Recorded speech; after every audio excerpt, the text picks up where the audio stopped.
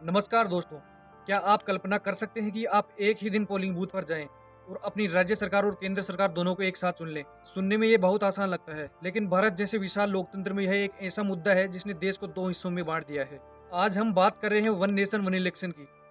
जनवरी 2026 में ताज़ा अपडेट ये है कि जेपीसी बजट सत्र में अपनी रिपोर्ट पेश करने वाली है। क्या सरकार 2029 में इसे लागू कर पाएगी या हमें 2034 तक इसका इंतजार करना होगा? आज की वीडियो में हम इसके फायदे, नुकसान और सरकार की असली मंशा का गहराई से विश्लेषण करेंगे।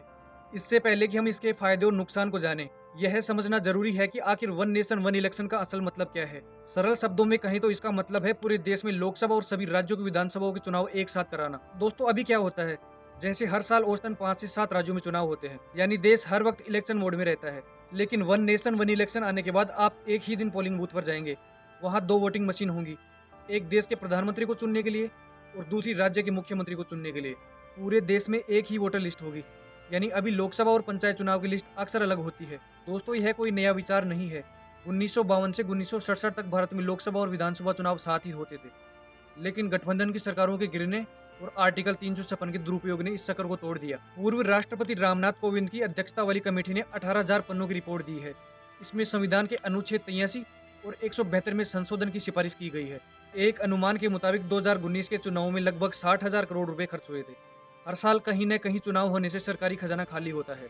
आचार संहिता बार बार लागू होने से विकास कार्य रुक जाते हैं। बार बार चुनाव मतलब बार बार break. One nation one election आने के बाद सरकार को 5 साल काम करने का मौका मिलेगा। दोस्तों, लाखों शिक्षकों, पुलिसकर्मियों और सुरक्षा बलों को बार बार चुनाव ड्यूटी पर लगाया जाता है, जिससे उनकी मुख्य सेवाओं पर असर पड़ता है। यह लागू करना इतना आसान नहीं है, इसमें एक संवैधानिक अड़चन भी है। इसके लिए कम से कम 50% राज्यों की विधानसभाओं की मंजूरी चाहिए।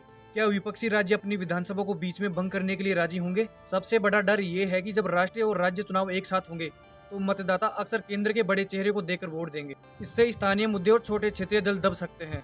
चुनाव आयोग को करोड़ों ईवीएम और वीवीपैट मशीनों की जरूरत होगी, जिससे हजारों करोड़ों का अतिरिक्त भार आएगा।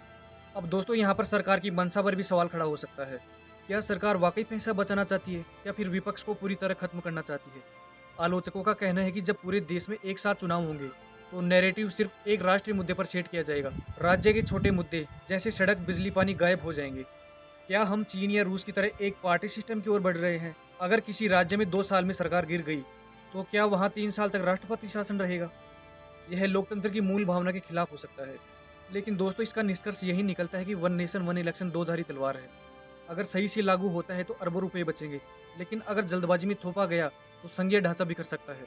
क्या आप चाहते हैं कि 2029 में आप एक साथ 2 वोट डालें, या आपको लगता है कि राज्य की अपनी स्वायत्तता होनी चाहिए? अपनी राय कमेंट बॉक्स में जरूर दें।